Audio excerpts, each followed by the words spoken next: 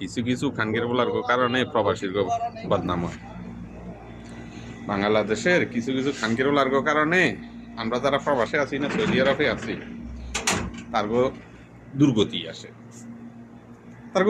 আসে, মোহাম্মদ বিন সালমানের ছবিরে করছিল, এখন ইয়ে পুলিশে মোদায় পুলিশে সোদের আঙ্গরে খানগের লাগাল ওরা হেত ছবির লই হুঁদাহুঁদি করো না কি আছে, তোকে বইনের ছবি লই হুঁদাইতে আর এত ছবির হুঁদাহুঁদি করতে, এত ছবির জুতা দিয়ে কি কাম আছিল?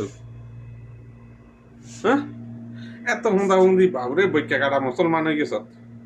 সুদ ঘুরের লগে তো হারলি না, সুদ তো আরাম গ্রামে গ্রামে সুদ জিয়া যখন এবার লাগে খাই সুডি গেছে গই লগে দিয়ে মাইন মারা ছিল, তো মুসলমান বহুত মারিয়ে গেছে। কি পাল্টা পালাই দিছ তোরা, কি পাল্টা পালাই দিছ তোর চোট মারানো লগল কতটি প্রবাসী আছে সৌদি আরবে হিসাব আছে? 28 লাখ লোক আছে, 28 লাখ।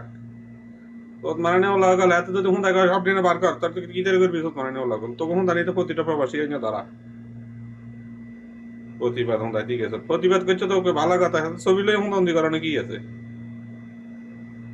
গোষ্ঠীর মারে সুদি এনি মা দা সদাগল